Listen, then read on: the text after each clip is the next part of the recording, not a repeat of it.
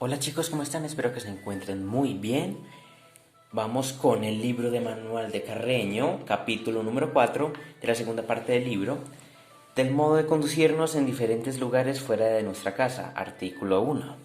Del modo de conducirnos en la calle. 1. Conduzcámonos en la calle con gran circunspección y decoro, y tributemos las debidas atenciones a las personas que en ella encontremos, sacrificando cada vez que sea necesario nuestra comodidad a la de los demás. 2. Nuestro paso no debe ser ordinariamente ni muy lento ni muy precipitado, y los movimientos de nuestro cuerpo deben ser naturales y propios de nuestra edad y demás circunstancias personales. 3. Los movimientos del cuerpo deben ser naturales y propios de la edad, del sexo y de las demás circunstancias de cada persona. Gravedad en el anciano, en el sacerdote, en el magistrado. Suavidad y decoro en la señora. Modestia y gentileza en la señorita. Moderación y gallardía en el joven. Afectación en nadie.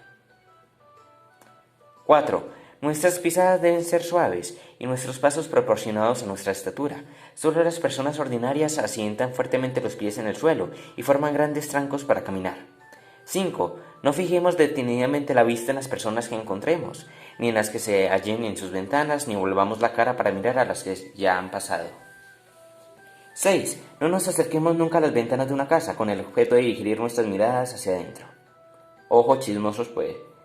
7. De ninguna manera llamemos a una persona que veamos en la calle, especialmente si por algún respeto es superior a nosotros.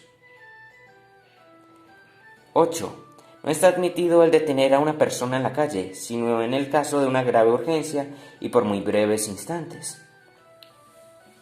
9. Podemos, sin embargo, detener a un amigo de circunstancias análogas a las nuestras, aunque no tengamos para ello un objeto importante, pero guardémonos de hacerlo respeto de aquellos que viven rodeados de ocupaciones y de los que por el paso que llevan debemos suponer que andan en negocios urgentes. 10. Una vez detenidas dos personas, toca a la más caracterizada adelantar la despedida. Mas si se hacen detenido 3, no hay inconveniente para que se separe primero la menos caracterizada. 11. Jamás pasemos por entre dos personas que se hayan detenido a conversar, y en el caso de que sea absolutamente inevitable, pidamos cortésmente permiso para hacerlo. 12. Las personas que se encuentren detenidas evitarán, por su parte, que el que se acerca llegue a solicitar permiso para pasar, ofreciéndole de antemano el necesario espacio. 13. Debemos un saludo, o por lo menos una inclinación de cabeza a las personas que encontramos detenidas. Se apartan para dejarnos libre el paso por el lugar más cómodo o por medio de ellas. 14. Para quitarnos y ponernos el sombrero y para todo lo demás movimientos de cortesía en que ya hemos usado la mano, empleemos siempre la derecha. Algún misterio tendrá. 15. No saludemos nunca desde lejos a ninguna persona con quien no tengamos una íntima confianza. Y cuando según esto podamos hacerlo, limitémonos para ello a una inclinación o movimiento de la mano. 16. No dirijamos nunca la palabra con el sombrero puesto a una señora, a un sujeto constituido en alta dignidad y a otra persona cualquiera que sea para nosotros muy respetable. 17. En el caso del párrafo anterior toca a la persona a quien hablamos excitarnos a que nos cubramos, pero nosotros no deberemos ceder a su primera inclinación, bien que nunca esperemos a la tercera.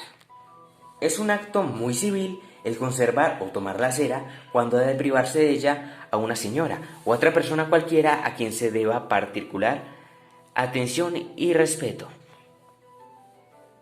19. En todos los casos el inferior debe dejar la cera al superior y el caballero a la señora, y cuando se encuentran dos personas de circunstancias análogas, la regla general es que se le conserve el que tiene la señora a su derecha. 20. Si encontramos a una persona en una situación cualquiera en que necesita algún auxilio que podamos prestarle, se lo ofreceremos desde luego, aun cuando no tengamos con ella ninguna especie de relación.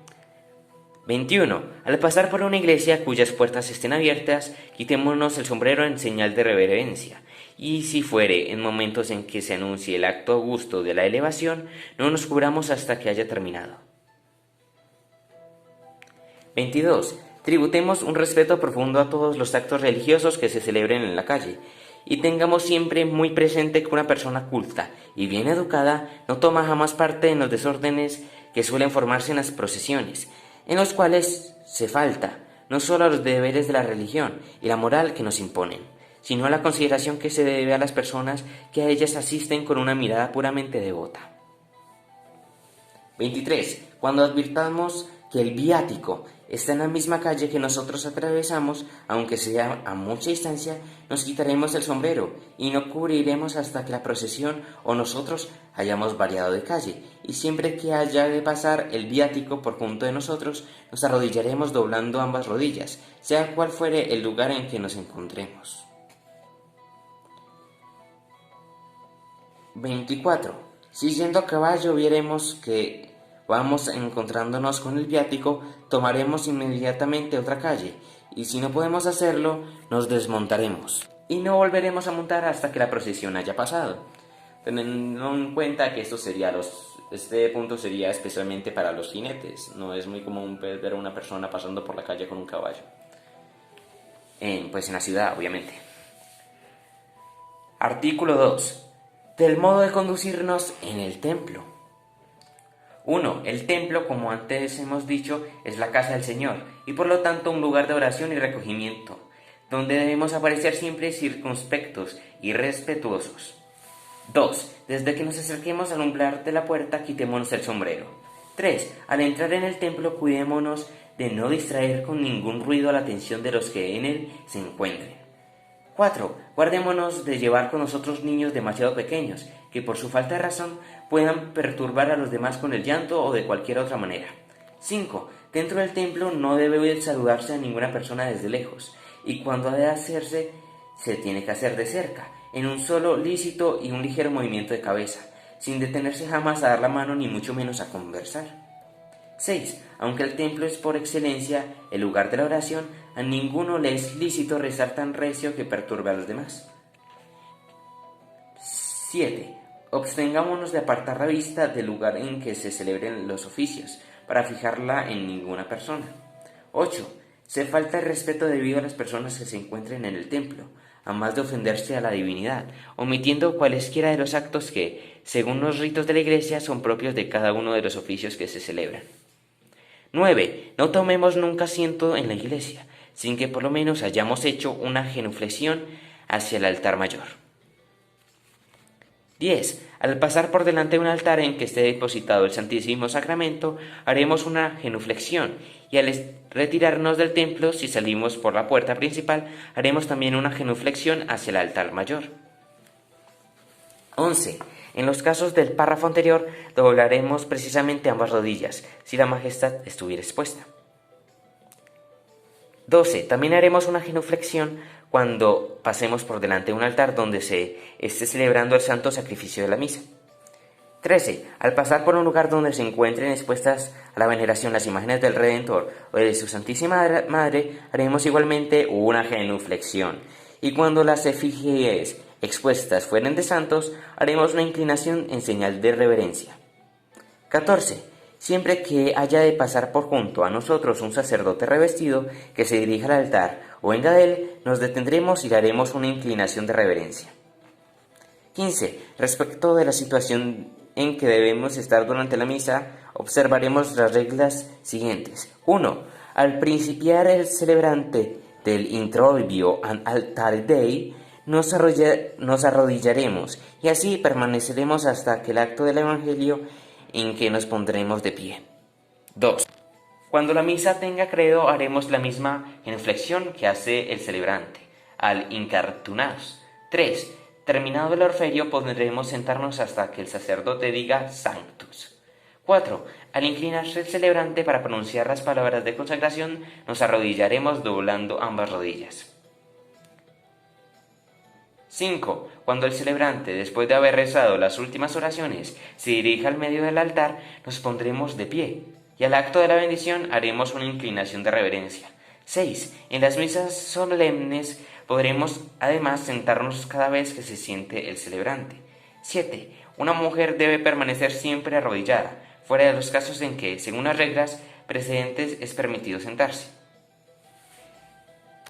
Chicos, en este momento voy a parar para decir que no estoy del todo de acuerdo con esta parte del punto 7, donde dice que una mujer debe permanecer siempre arrodillada, fuera de los casos en que según las reglas precedentes es permitido sentarse. O sea, llevándolo a fondo, un hombre podría sentarse cuando el sacerdote está hablando y no ha pedido que se levanten para rezar. Y la mujer debe estar arrodillada todo el tiempo. Me parece también un poco machista como en el capítulo 2. Si no lo recuerdan, les recomiendo que vayan a escucharlo. Y continuamos. 15. Siempre que se anuncie el acto de la elevación en cualquier altar, nos arrodillaremos doblando ambas rodillas, hasta que aquel haya terminado enteramente. Y cuando se cante el coro de Incarturnars, nos arrodillaremos de la misma manera. 17. También deberemos arrodillarnos. 1. Cuando se cante el Tantum Ergo. 2. Cuando se cante el versículo de Ergo Sums de Te Deum. 3. Cuando se esté dando la comunión. 4. Finalmente, cada vez que en la celebración de los oficios se arrodillen el celebrante, los que los acompañen y los eclesiásticos que canten en el coro. 18. Cuando estemos de pie, mantengámonos el cuerpo recto, sin descansarlo nunca de un lado, y cuando estemos sentados, guardémonos de recostar la cabeza sobre el espaldar del asiento, de extender y cruzar las piernas y de tomar, en fin, ninguna posición de que de alguna manera desdiga la severa circunspección que debe presidir siempre en el templo de todas nuestras acciones. En definición, diría que no estemos sentados mostrando pereza o alguna forma de irrespeto al templo de Dios. Artículo 3. Del modo de conseguirse en las casas de educación. 1. Procuremos no entrar en las casas de educación a horas en que podamos ser causa de que se interrumpa el estudio o la enseñanza. 2. Si al acercarnos a la casa notaremos que se reprende en ella a algún alumno, evitemos entrar en tales momentos. Y voy a decir, cuando dice casa de educación, es el colegio o la escuela como lo conocemos los latinoamericanos. 3. Consideremos que nuestros maestros ocupan el lugar de nuestros padres y que si en todas ocasiones les debemos, como ya hemos dicho, amor, obediencia y respeto. En la escuela tenemos que respetar también en ellos el carácter de dueños de casa y tributarles todas las atenciones que como a tales les son debidas. 4. Según esto es necesario que observemos en la escuela una conducta circunspecta, sin levantar jamás en ella la voz, sin entregarnos a otros pasatiempos y sin incurrir en suma en ninguna falta que pueda hacer recaer sobre nosotros la fea nota de irrespetuosos y descorteses. 5. Cuando accidentalmente se ausente el maestro de la pieza en que nos encontremos, propongamos conducirnos también como si estuviésemos en su presencia, pues de otro modo nos haríamos indignos de la honrosa confianza que deposita en nuestros deberes, aun en aquellos momentos en que no estamos bajo su vigilancia inmediata. 6. Jamás nos irritemos por las correcciones que nuestros maestros se vean en el caso de aplicarnos, lo cual sería añadir una grave falta a la que ya hemos cometido, que sería como decir que el profesor nos dio un consejo para mejorar, ser mejores personas, y cometiendo otra falta sería como decir no me importa. Así que sería algo muy irrespetuoso. 7. Tampoco nos es lícito censurar la conducta de nuestros maestros, ni hablar con nadie sobre los defectos personales que creamos haber descubierto en ellos. 8. Jamás refiramos en la escuela las cosas que pasan en nuestra casa. Lo de la escuela en la escuela y la casa en la casa. 9. Tratemos a todos nuestros condiscípulos con amistad y consideración, y huyamos, como de las demás torpeces y despreciables vilezas, de concebir contra ellos mala voluntad cuando nos aventajen en los estudios o en las recompensas de los maestros que dan el mérito. 10. Nuestra conducta en la escuela debe darnos por resultado, además de la instrucción del amor de nuestros maestros y la amistad y la estimación de nuestros condiscípulos. No hay afecto más puro que el que sabemos inspirar a nuestros maestros, ni amistad más sólida y dureza que aquella que nace en la escuela y se fomenta allí mismo con recíprocas muestras de adhesión, lealtad y desprendimiento. Artículo 4. Del modo de conducirnos cuando estamos hospedados en casa ajena. 1. Nada es más bello, más noble, que ejercer la hospitalidad, cuando es nuestro mismo enemigo el que busca en nuestro hogar un amparo contra el peligro de la amenaza. 2. Desde que un amigo nos anuncie que va a hospedarse en nuestra casa, nos dispondremos a recibirle dignamente. 3. No permitamos que nuestro huésped haga ningún gasto para su manutención, ni para la de sus criados, ni para la de sus bestias. 4. Procuremos estudiar las costumbres domésticas de nuestro huésped. 5. Hagamos de manera que nuestro huésped tenga en nuestra casa toda la libertad y desahogo que debe de gozarse en el cerro de la vida doméstica. 6. Los criados de nuestro huésped habrán de encontrar también en nuestra casa una benévola acogida. 7. Al separarse un huésped de nosotros, le manifestaremos nuestra pena por su partida y le excitaremos afectuosamente a que vuelva a usar de nuestra casa. Artículo 5. El modo de conducirnos en los viajes. 1. Cuando hayamos de viajar en compañía de otras personas, seamos exactos en reunirnos con ellas a la hora señalada para emprender la marcha. 2. En los caminos se relaja un tanto la severidad de la etiqueta y pueden dirigirse un saludo a las personas entre sí desconocidas que se encuentren. 3. Es un acto extraordinariamente incivil el fumar dentro de un coche, aun cuando no haya entre los pasajeros ninguna señora. 4. En los lugares donde se detenga el coche, veamos si las personas que van con nosotros desean algo que le podamos proporcionar y ofrezcámosle de las comidas y bebidas que encontremos. 5. En los viajes en ferrocarril o por mar, se observarán los mismos principios que rigen para los viajes en coche, debiendo siempre el hombre de buena educación sacrificar su propia comodidad a la de las señoras y mostrarse en todas ocasiones afable, cortés y condescendiente. Bueno chicos, espero que les haya gustado, no olviden suscribirse, dar like, compartirlo con las personas que les gusten los audiolibros. Ya saben que estoy subiendo audiolibros usualmente, así que denle like, compártanlo. Si tienen Wiptoon, síganme en Wiptoon, que es aire escolar. Y los dejo aquí y hasta la vista, pioneros.